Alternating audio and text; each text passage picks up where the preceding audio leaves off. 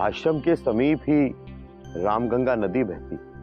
एक समय वहां नदी के तट पर ऋषि मुनि कुटी बनाकर रहा करते थे, तप करते थे और प्रभु भक्ति में लीन रहते थे। उस समय पूर्व एक दिन भारी बरसात हुई, बादल फट गया और रामगंगा नदी में उफान आ गया। उस उफान में बहुत से ऋषि नदी में डूब गए, उनकी कुटियां भी बह गई, चारों ओर हाहाकार मच गया, सब कुछ नष्ट हो गया था।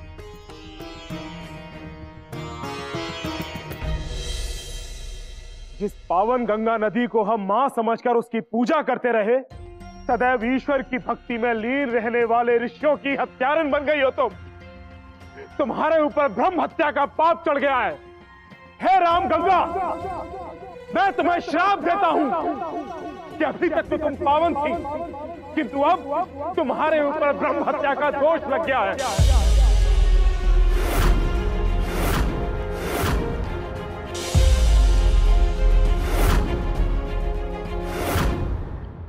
मैं तुम्हें श्राप देता हूं कि तुम्हारे जल में कीड़े पड़ जाएंगे और तुम्हारा जल लाल रंग का हो जाएगा।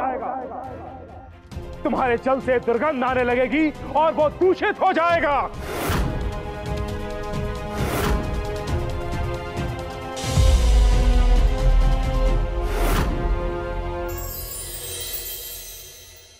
हे ऋषिवर, इसमें मेरा कोई दोष नहीं है। ये सब विधि ने किया है। विधाता ने सबके कर्मों के अनुसार सबके जीवन मरण का समय तय किया है।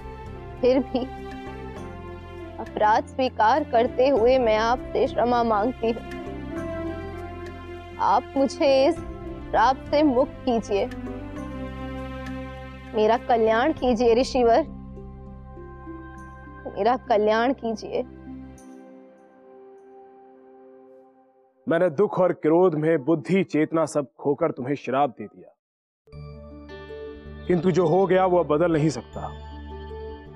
परंतु मैं तुम्हें वरदान देता हूं, जब सुदर्शन चक्र के अवतार निम्बार्क प्रभु पृथ्वी पर अवतरित होंगे और उनके चरण तुम्हारे जल को स्पर्श करेंगे, तो तुम इस श्राप से मुक्त हो जाओ। मैं इस पाप का प्रायश्चित करने हेतु सुदर्शन चक्र के अवतार की प्रतीक्षा करूंगी ऋषिवर। बस उसी दिन से मैं सुदर्शन चक्र अवतार भगवान निम्बार्काचार्य जी की प्रतीक्षा कर रहा हूं। यही मेरे दुख का कारण भी कि कब वो आएंगे और कब रामगंगा को श्राप से मुक्ति दिलाएंगे। भगवती रामगंगा के श्राप से मुक्त होने पर हमें भी आसानी होगी। रामगंगा के दूषित होने से हमें भी जल की व्यवस्था बहुत दूर से करनी पड़ती है।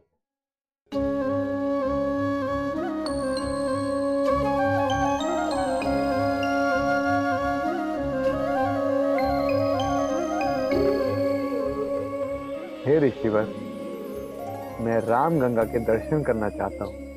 आइए महात्मन, मैं आपको भगवती रामगंगा के तट पर ले चलता हूँ।